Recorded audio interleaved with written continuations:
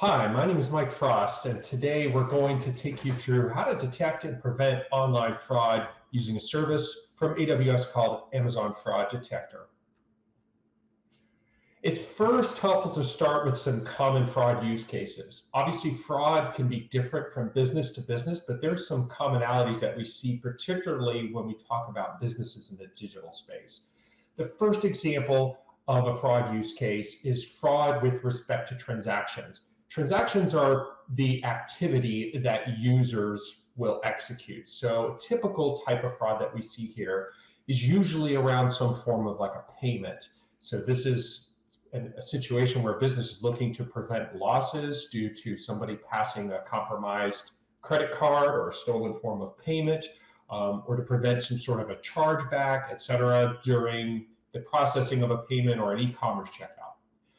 Another common example is of somebody that might be a fraudster registering a fake or a fraudulent new account on a platform. So this is a common situation that businesses will encounter where they might see bots registering for accounts or bad actors joining their platforms, typically make multiple fake accounts, etc. And then another common use case is related to promotion abuse. So this is the scenario where a business uses some sort of like loyalty points or credits in order to attract users to their platform, and bad actors will join and violate terms of service in order to exploit those, potentially to get access to something valuable or lucrative using something like maybe self-referrals or other kinds of fake activity. Now, obviously, this doesn't cover the full scope of different types of fraud, but these are pretty common ones that we see in the digital space. Now, fighting these problems is honestly one that's very challenging, and we tend to see things from customers that we talk with related to these problems that fall into one of these categories. The first is, gosh, fraud patterns change a lot. We're not spotting them soon enough. And really what it comes down to is fraudsters have this nasty habit of changing their attack patterns very, very frequently. And so detecting when those fraud patterns change and doing so in a meaningful enough time where you can take an intervention and prevent their attack from happening is really, really difficult. The second thing, of course, is usually the way that somebody or a business can fight this fraud is they'll increase friction. They'll maybe prompt users to provide more information or to take additional steps, like maybe completing a CAPTCHA. And these steps can unfortunately screen out activity from legitimate users or customers, which makes them really unappealing for businesses to take on. So they would like to get the ability to detect fraud without having to add any unnecessary friction to the customer experience, thereby blocking legitimate customers. And then, of course, cost is always an issue for businesses and organizations. Anytime there is suspicious users or suspicious activities, an easy way to screen these out is to send them to a queue of investigators, fraud investigators, to review them. Well, unfortunately, that doesn't scale because people are expensive. They don't go through these alerts very quickly, et cetera. And that's a real big challenge. So what we're talking about is issues that businesses have that we're trying to help out our customers with. You're probably asking yourself, what's the role that Amazon has to play here? Well, Amazon as a business, when you look across Amazon, has been fighting fraud over 20 years across its .com merchant business, across AWS in the digital space, and across its various subsidiary businesses. And the idea here is Amazon has seen all different types of online fraud examples, like I mentioned earlier, then some that are kind of unique to the various businesses. And one of the things that came out of this fight, this conflict, trying to address fraud was an idea, gee, it would sure be great if we could bring machine learning to bear to fight fraud. And more importantly, we need a service that's going to make it easy for us internally to fight fraud using machine learning, but doesn't necessarily require a machine learning expert, something that an expert could use, but can also be leveraged by a builder, a developer, somebody that has some knowledge of machine learning concepts. And out of that was born Amazon Fraud Detector.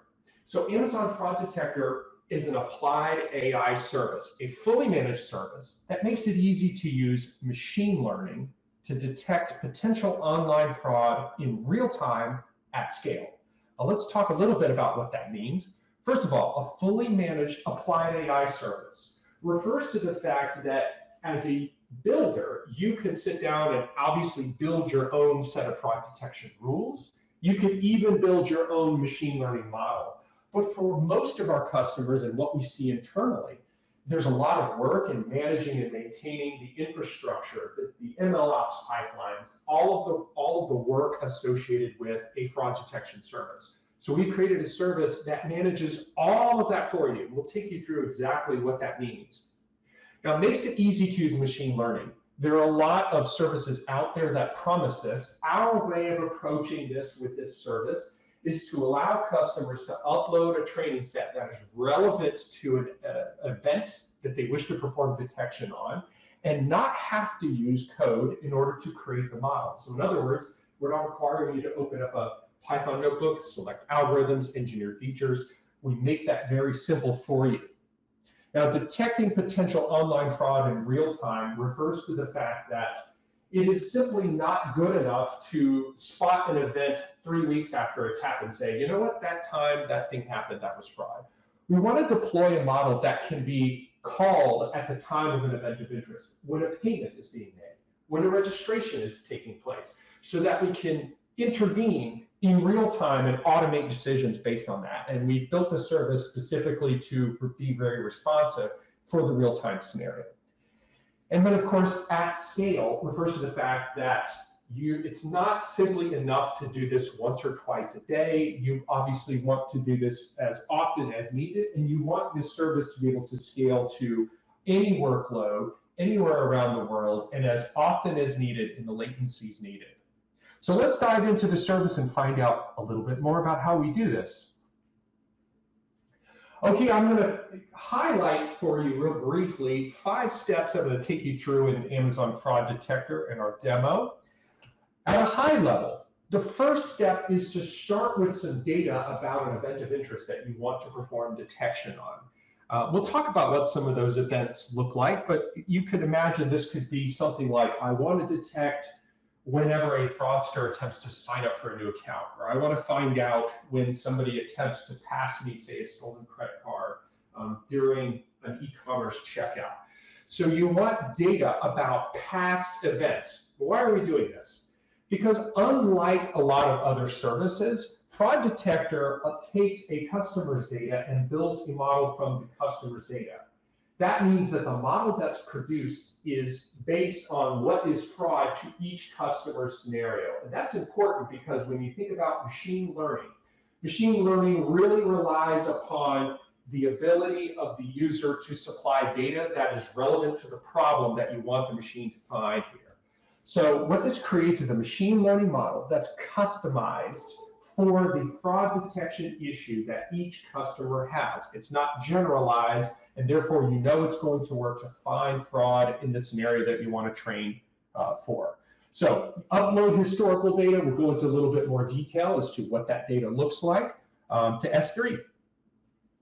The next step is to select a series of options and train a model. Now, I'm going to take you through a demo example using our console, but all of these actions can be operated via our APIs. So we've got plenty of GitHub Notebook examples which can drive these. But the simple idea here is you're not having to sit down and do things like hyperparameter tuning or a great deal of feature engineering or algorithm selection. You're selecting details about what outcome you want, and the service makes these decisions for you with an eye towards building a highly accurate model without the need to write the typical code that, say, a data scientist might sit down and want to write.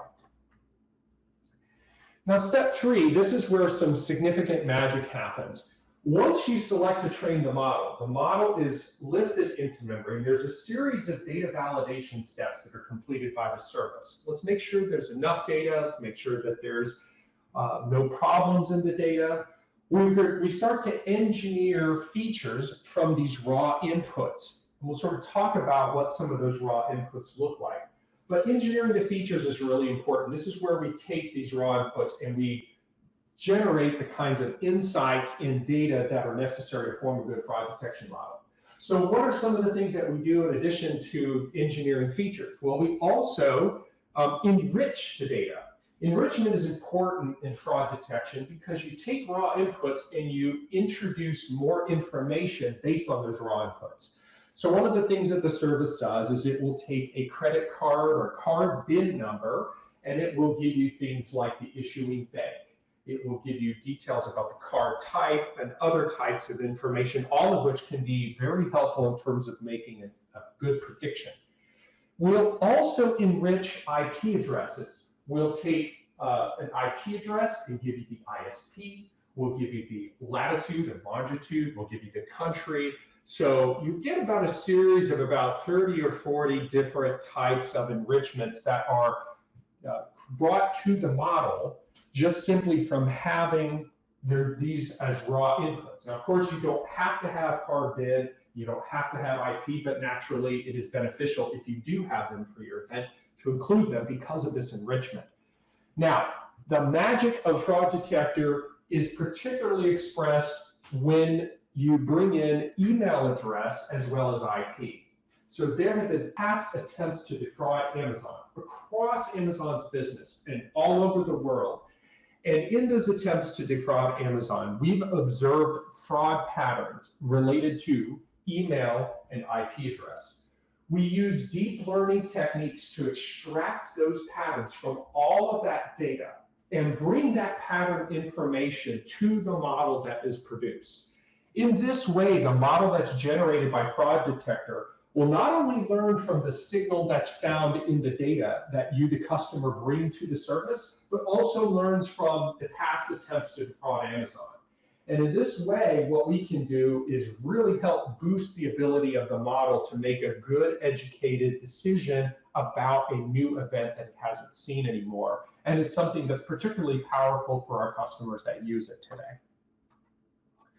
Okay, so you've trained the model's ready. You're not quite done. A model will give you a score between 0 to 1,000.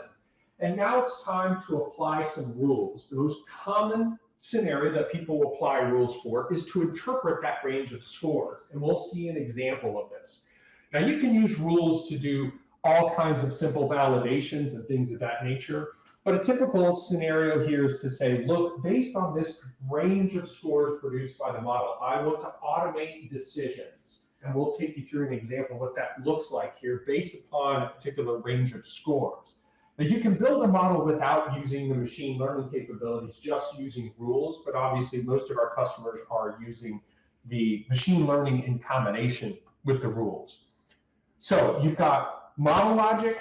In machine learning, you've got rule logic. The last step is you want to deploy that logic as an API endpoint. So now you can make that logic callable within whatever application you wish to invoke. Deploying this is really only a few mouse clicks to get this API ready and listening and callable to start sending new events and get predictions made. And now I've taken you through this in about 5 steps, and generally speaking, you can take under 90 minutes to go from raw inputs all the way through to a deployed API that's ready for you to test. So very, very short period of time. There's no infrastructure for you to have to select, etc.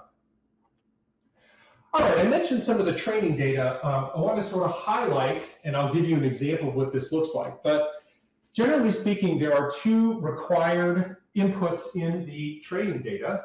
You need to have an event timestamp. Now, we use the timestamp to do things like sample and split the data internally. And we also are looking for fraud pattern changes over time, so the timestamp is required. The second required field is the event label. So if you're familiar with machine learning concepts and supervised machine learning, those are the techniques that we're leveraging. So you have to provide examples that are labeled data, examples of essentially what is legitimate behavior and what's fraudulent data. So if we take the example of, say, a payment, you might have a data set that shows the last 6 months of payments, and you would label the payments that were later found to be fraudulent as fraud or one or what have you. As you can see across the top there, you need at least two variables in addition to these two. These can be any two variables. For example, they could be email address and IP address if you're talking about a new user registration. It could be card bin and a payment value, for example. So you're really not limited, but you need at least two. And then across the right-hand side, in terms of the total amount, you need at least 10,000 records, examples of historical data, of which at least 400 of those have to be labeled frauds in order for the service to produce a good result. Now, across the bottom here, we've got some other things here. The data has to be uploaded into S3 and be in the same region as fraud detector. It does have to be in CSV format. Typically, a problem that customers will run into is they'll say, like, I don't have data, I don't have it in CSV. And so usually the first step is just collecting the data, getting it into the CSV structure, and getting the label attached to it. I mentioned the two required headers, and you really should not have any nulls or missing values here because these are essential for the service to be able to perform the value that it has. We recommend that you have at least 3 to 6 months of the historical data of the event that you're going to perform detection on. And you want recent data because fraud patterns change. But as I mentioned here, you don't want it to be too recent. So for example, in the scenario where you're working with, say, payment, stolen card information usually doesn't mature for up to sometimes 3 months after somebody has passed in, say, a stolen credit card. So you want to make sure that you've got something with an accurate fraud label. So yesterday's data, if you don't know which ones are the frauds or legitimates, is probably not good, but maybe last month's data would be. A fraud detector can handle some nulls and missing values, but obviously if you get too many, this is going to introduce some problems, and some of these variables may be just left out by the service. Now, what kinds of data can be used? We have kind of a nice list here of some examples. Now, again, you don't have to use all of these. As a matter of fact, you can use any of these that you want. This is just showing you the range of different things, the types of variables that can be used. Now, the ones that are particularly useful are email and IP address. But there's also some other things that are common, user agent and device fingerprint. There's different types of payment instrument, billing address variables, shipping address, details about order if you're talking about maybe something in a cart. And then at the bottom there, I want to call attention to custom variables. Something that we get a lot of questions about. Customers will have maybe engineered their own features or have their own variables that are unique to their business. We offer these custom variables to support these. So custom numeric, anything that can be represented as a number. Custom categorical, anything that has a limited category, and a custom free-form text. So pretty much anything else that can't be represented by either a numeric or categorical. So you can use any kind of attributes to train the model.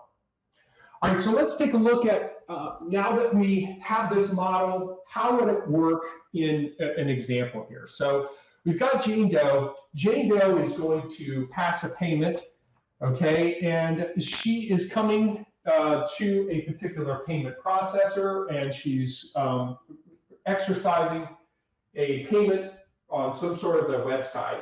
And there's a merchant ID attached to that website, which is then sent on to the payment processor, the amount of the purchase, maybe some details about her. For example, we have some details about her account, maybe her email address, could be her mailing address or billing address. We obviously know the card payment, so that could be passed over. It could be a full number, it could just be just the PIN. And maybe you have some details about Jane's IP address. Now, when we send this information over, we want the website or the mobile application that's handling the payment to make an intelligent decision about whether or not to allow this payment to go through. So when that information is registered by the website or mobile application, behind the scenes, it's going to call the Amazon Fraud Detector Payment Fraud Detector API, which this user has already set up specific for this particular event. So there is no sort of pre-built model. It's one that you would build specifically for this payment. So in this case, we're going to evaluate these attributes that are sent over, and the detector is going to return a numeric score. Again, between 0 to 1,000, the higher the number, the more risky the event. Well, this is very low risk. It's 18 out of 1,000. And we have a business rule to interpret that, which says, gosh, this is so low that let's just go ahead and automate it, approve it. And that's in fact what happens. This entire round trip here would take place in less than a second. So Jane doesn't have to wait very long to see that her merchandise that she's going to get has been approved for purchase and she's ready to go. With different information, she's going through this scenario and we're going to capture the same event details, but in Nikki's case, her event is seen as very risky for one reason or another.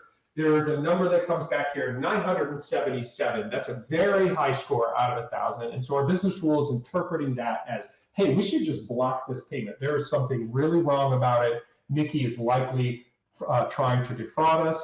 And so that is interpreted by the website or the mobile application to say, hey, look, we're sorry, we can't handle your payment. Why don't you call our customer contact center and let us know that you had a problem. Now along comes Diego. Diego kind of falls in this weird gray area. He's doing the same information, but in his case, his score comes back as 850. 850 is considered medium risk, and this is, not obviously good and not obviously bad. So we might send it into a queue for review here, for review by an investigator. And so he's told, hey, your payment's being held up. We'll let you know shortly. Now, this is obviously not great for Diego to wait, which is why you ultimately want to minimize the number of things that you send off for manual review. More on that later. Okay, so I'm going to switch over to a demo, but first let's take a look at some example data. Okay, we've got some example data here for an event. So let's say that we are going to train a model to do some payment fraud detection. And what I've got here is some synthetic data. We've got some details here about a transaction amount. So this is the actual amount of the transaction. We've got transaction adjusted amount. We've got an IP address, email address, details about the user, where they're from, the type of currency, some categorical images, categorical variables around signature image, transaction type, event timestamp is here, and our event label. So our two required fields, event timestamp is here, event label is here. All of these others are pretty much optional. Now I have at least two variables, and in this case, as you can see, I've got over 100,000. I've got 100. I think this particular data set's about 120,000 records. So we've got plenty of results here, and we've got plenty of like fraud versus legit examples in my data set. Now I've already taken the liberty to upload this to the upload this to S3. So let's switch over to the fraud detector console and take a look at what we would do with the data once it's there.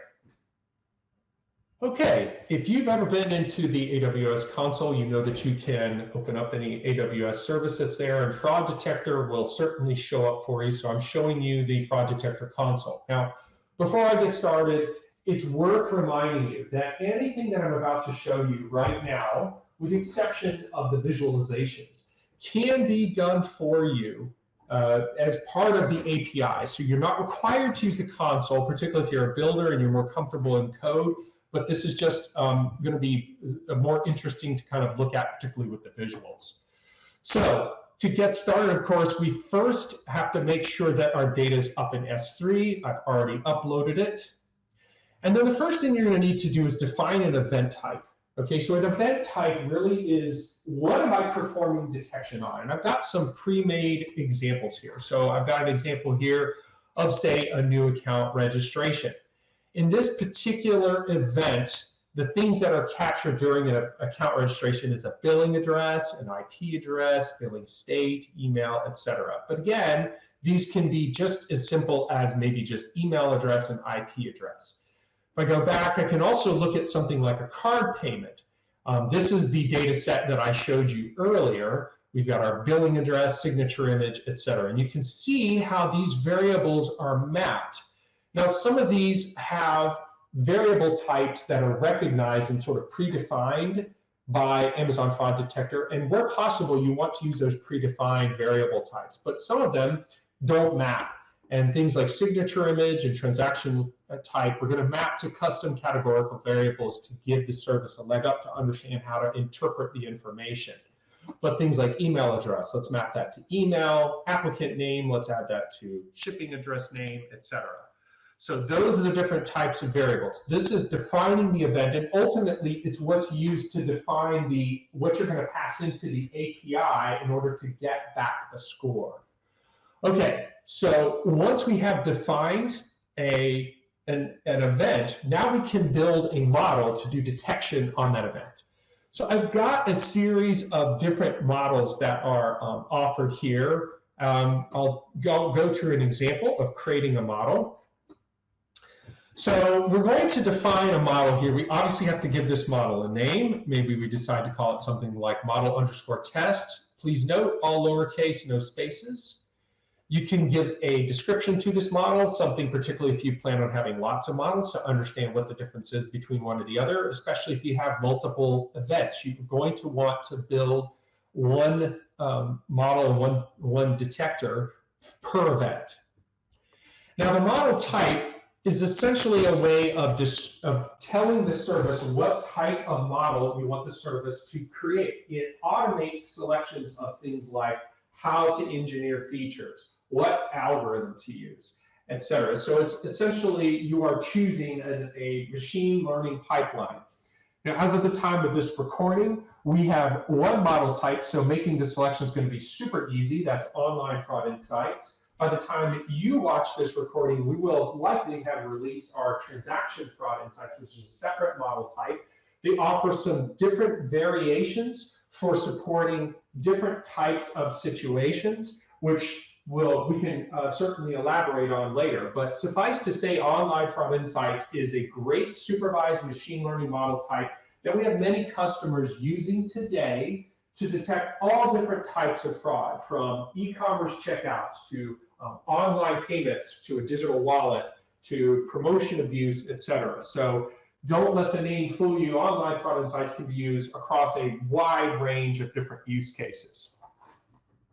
So now I'm going to select the event type we're building the model for. So in this example, I might use my card.present credit card payment that I've already defined.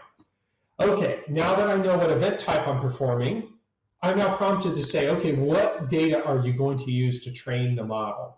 So we want to define where we've got our data. We can browse S3 and we can go to our data. Here's our sample, card.present, 120K CSV. We can choose that and populate that information here. Select an IAM role. Let's make sure that we've got the right one. Should say next. Okay.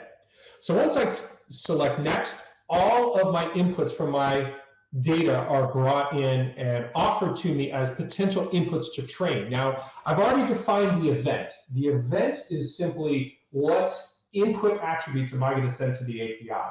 Here we're selecting, of those possibilities, which ones do I want to use to actually train the model? And what's important here is there may be some inputs that you want to send in to the API, but you don't want used for training. Why would you do this? Because there are some scenarios where, for example, you might send in an input that could potentially result in a model that does not generalize well. So for that type of thing, you might wish to exclude it from model training.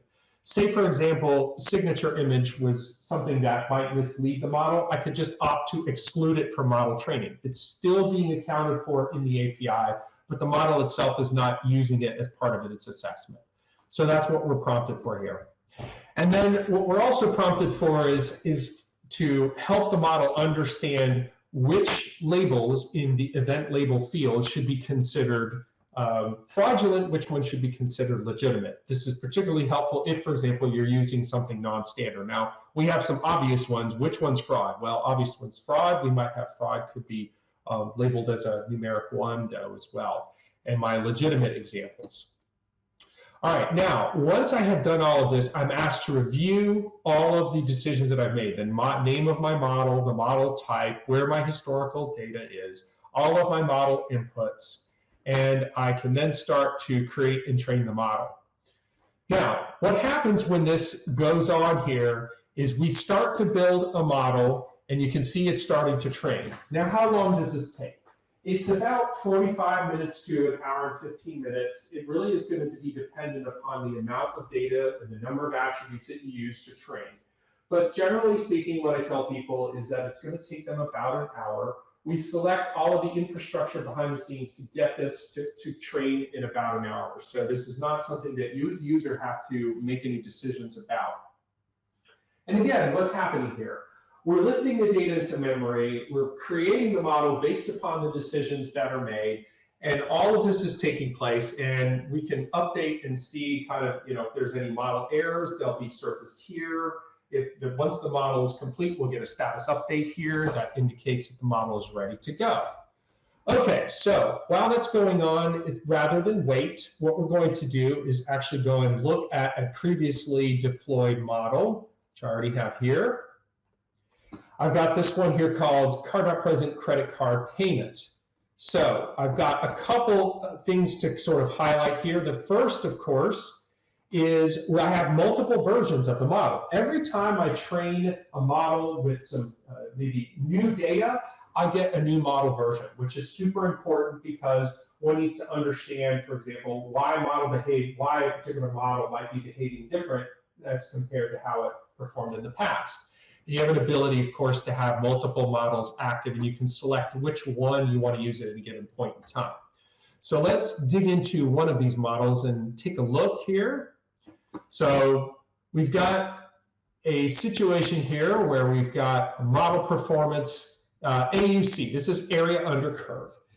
Area under curve is basically an assessment of how good the model, we believe the model to be based on the data that's used. So how do we determine this? Those records that we use to train, we split out about 30% of them, the most recent 30%, and those are not used to train the model. They are data points that the model that is trained has never seen, and we use them to generate these visualizations. So I mentioned earlier that the APIs can really drive pretty much everything. Here's the area of exception that you cannot do with the APIs, and that is we don't have these kind of visualizations or can, so the console is the easiest way to look at them. Now, of course, you with APIs can't build these for yourselves, but it may just be easier to go into the console and take a look at these, and we've got some interesting stuff here.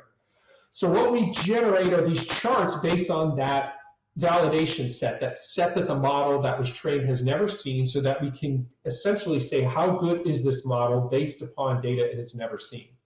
So we get this distribution chart, and the way to look at this is to say all the stuff on the left-hand side is the data that has been scored as legitimate, and stuff on the right-hand side is stuff that's been scored as very high, right? The model scores across the bottom. So legitimate events on the left, fraud events on the right, generally here in blue, right? And what we've done is we've mapped our distribution. What you want is to see this, you want to see this wide distribution. That makes a very good model. What you're looking at is a model that can easily distinguish between what is fraud and what is not fraud. Now, of course, I'm using synthetic data here, so naturally we're going to have a really nice distribution. We've got a really nice tool here. You can take a look as I move the mouse across this visualization and the score increases. I can actually see, for example, what my projected details might be, like how much fraud would I catch at a score of 760 and above. So all of the fraud that would come through, I would catch 91.8% of fraud if I flagged anything at a score of 760 and above as fraud. Now, of course, there's going to be a certain number that are going to be incorrectly flagged, and what I'm seeing here is we could see essentially some incorrectly labeled legitimate stuff. 5.4% of my legitimate activity would be flagged here. And of course, we can slide this over and start to see these numbers change, which is exactly what you want to do, and we'll show you how to use those numbers. We also have this confusion matrix, just a different way of looking at sort of the same information. So let's say there was 100,000 sample events that were sent to the detector that you've deployed.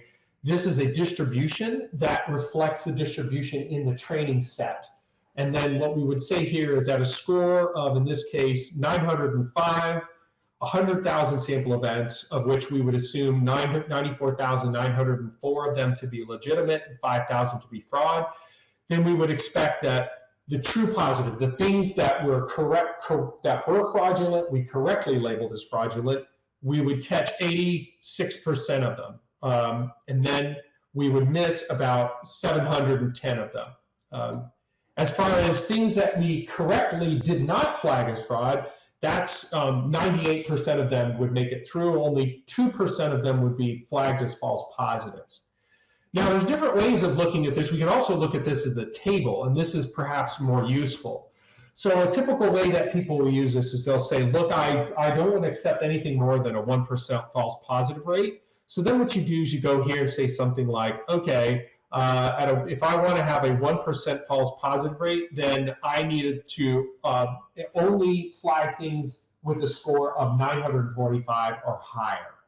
And that's going to give me a true positive rate of 83% and a precision of 80%.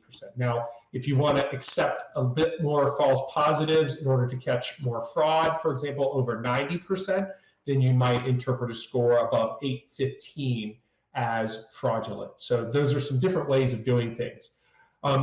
Something that we've recently introduced to the service that people find exceptionally useful as well is model variable importance. So when I train the model, which of those inputs is making a difference in terms of moving the score up or down?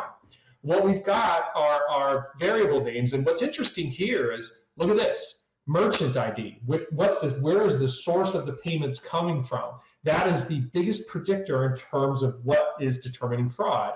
Second to that is the signature image, a custom categorical variable, and the CVV. So these are very, very predictive in terms of model performance. The transaction amount and the transaction adjusted amount also.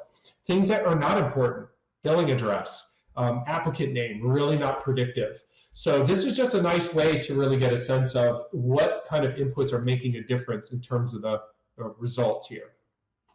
All right, so I've got a model. The next thing we want to do, of course, is we're going to want to deploy this model as a detector. So we'll go switch over here to the detector. I've switched over here. I'm taking a look at the detectors. Now, what is a detector? A detector is a container for my model logic. Now, I've got my machine learning model. The next step is to deploy this. So what I can do now that I have my models, I can create a detector.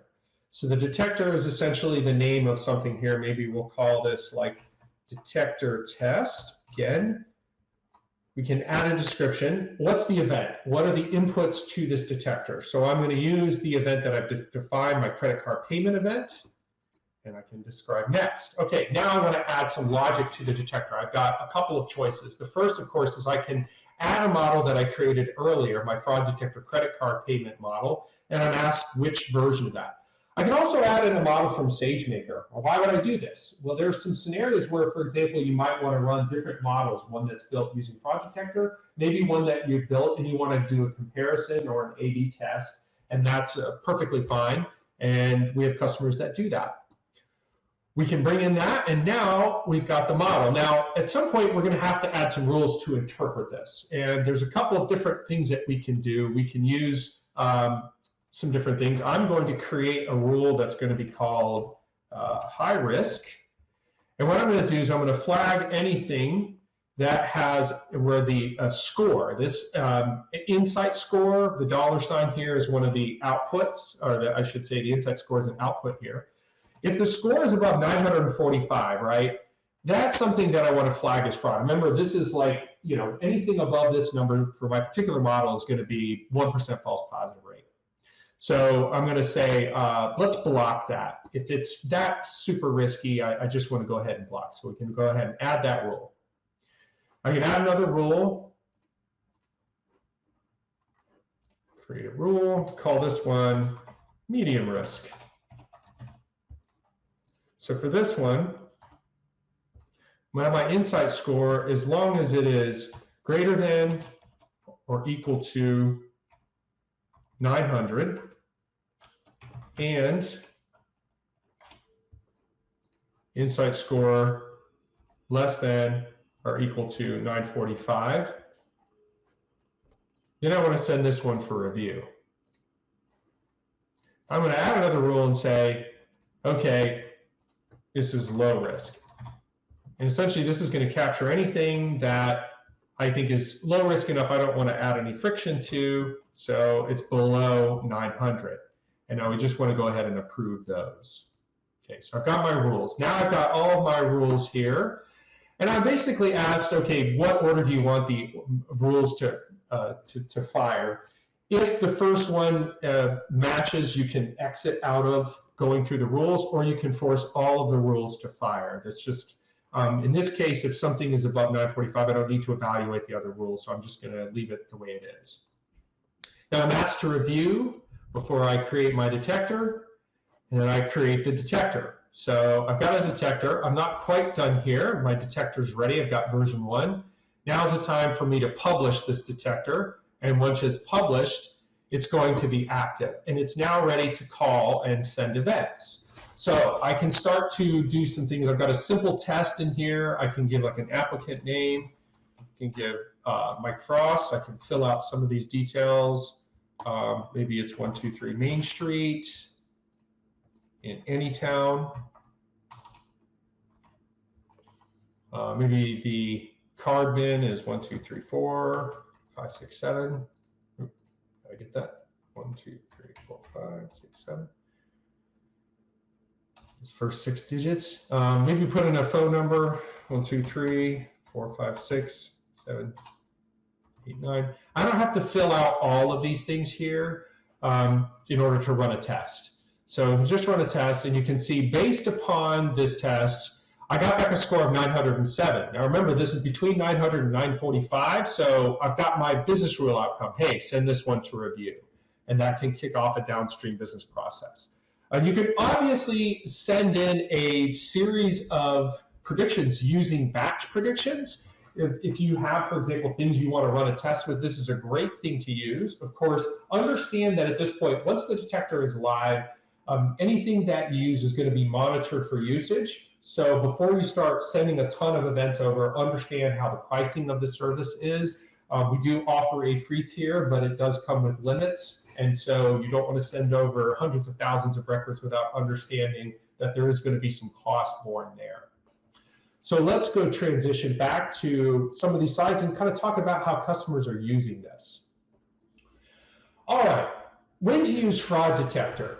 There are really a couple of different types of events that people use this for. The first example is new account registration. So at this stage, what you're looking at is essentially looking at a new account registration and assessing risk here. You're trying to detect fraudsters or abusers before they join the platform. And this is something that customers are using the service to detect today. And I say stage 1 because really this is your first and earliest opportunity to stop abusers and bad actors. At stage 2, you have a couple of different types of user activity that you can evaluate here. And I've offered some examples. Depending upon your business scenario, you're not going to have all of these, but you might have 1 or maybe 2 of them. So a common scenario in e-commerce is checkout. Something common to financial services might be a payment that's handled. If, for example, you're in some sort of a digital business, you might offer the ability to redeem some loyalty credits, etc. So here, what you're evaluating is every transaction, or you might simply send suspicious transactions over to the service for evaluation. And what you're trying to detect here is the specific attack that somebody is trying to instrument. So imagine passing a stolen credit card or redeem some credits under false pretenses. This is also something supported today. All 3 of these examples of transactions we have customers that are successfully using.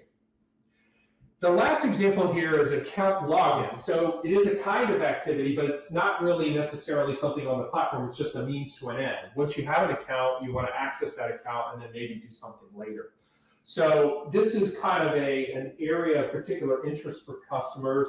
They want to evaluate the login of a registered user to essentially determine, has this account been taken over by a hacker or some other bad actor, so that that person can impersonate the actual account holder and use that to execute an attack. That's something that we plan to enhance the service to support account takeover, and that's coming in 2022. Now, some general usage tips. You don't have to use Fraud Detector as a replacement for existing fraud detection, although we certainly have customers using it that way.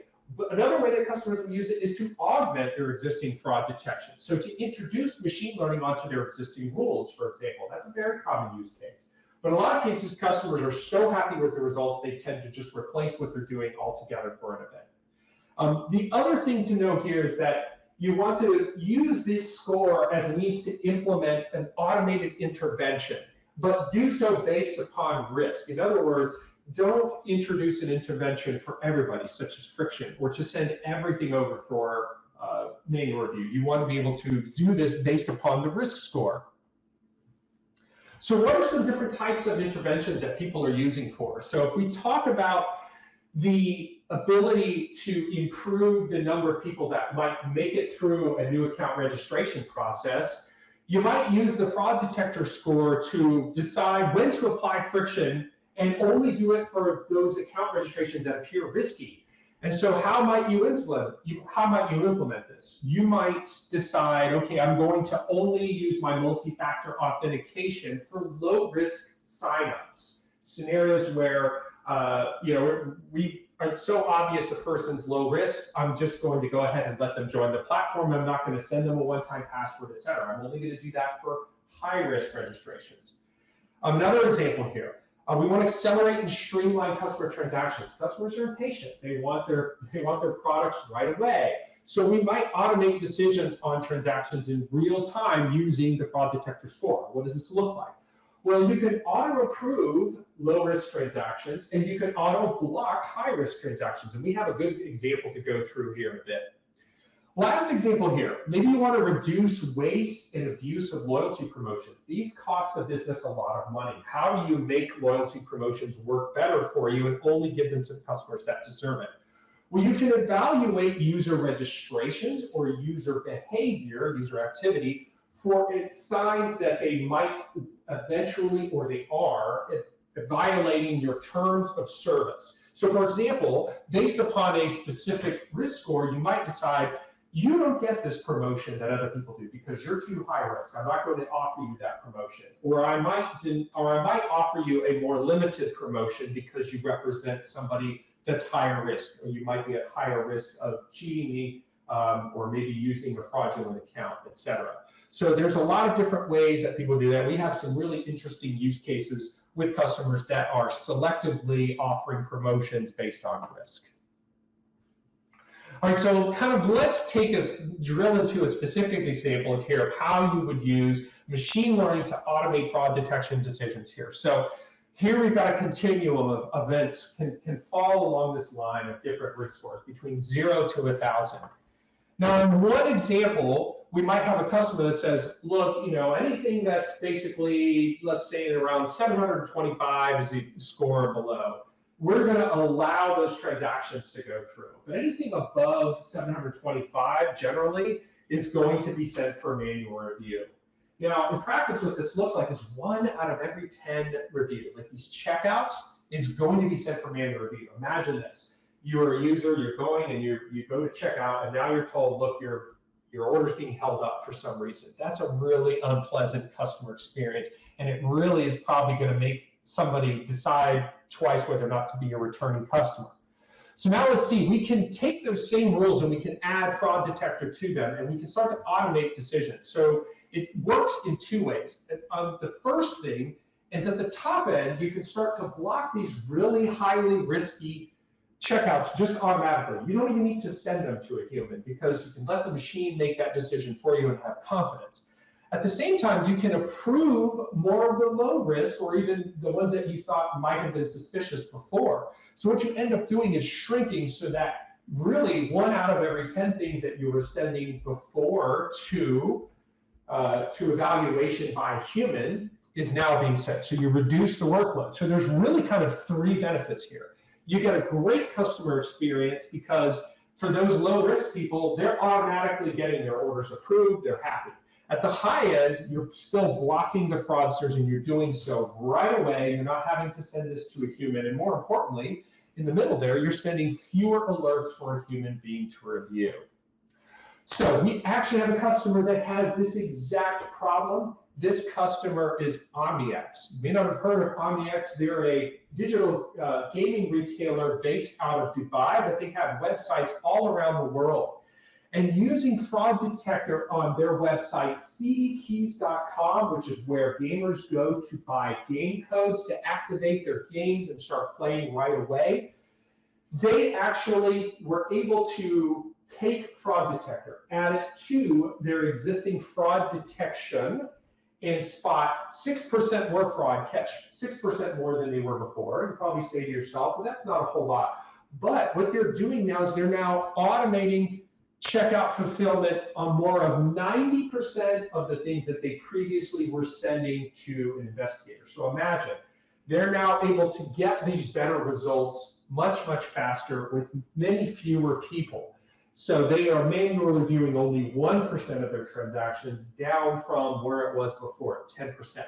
Now, an interesting fact here is that what OmniX saw as kind of the thing that surprised them the most is that as a result of automating these decisions and reaching these things much faster, they saw their Trustpilot score went up. Their customers were much happier there with their gaming experience because they were paying for a game code and getting it much quicker and much happier. So a huge win for their business.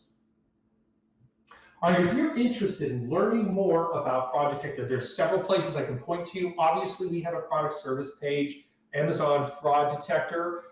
You can go out and find that via Google. We have more details on some of the features. Our documentation is out there, particularly an API doc, if you're interested in that. There's a link to a 10-minute walkthrough tutorial, which will take you through exactly what I showed you here with a bit more detail. And we also have a blog on how to run a proof of concept. And we have several sample notebooks out on GitHub for those of you who enjoy building these things and working directly with APIs. In fact, we've got many different examples that will show you how to do things like batch and also integrate with various SageMaker services, etc. And of course, our pricing is out there as well. Now, we're constantly adding more resources. We've got more blogs to explain how to integrate these with other Amazon services and how to do more things with the service, so stay tuned. We appreciate you guys showing up. Thank you so much for watching. Look forward to hearing about your successes working with Fraud Detector.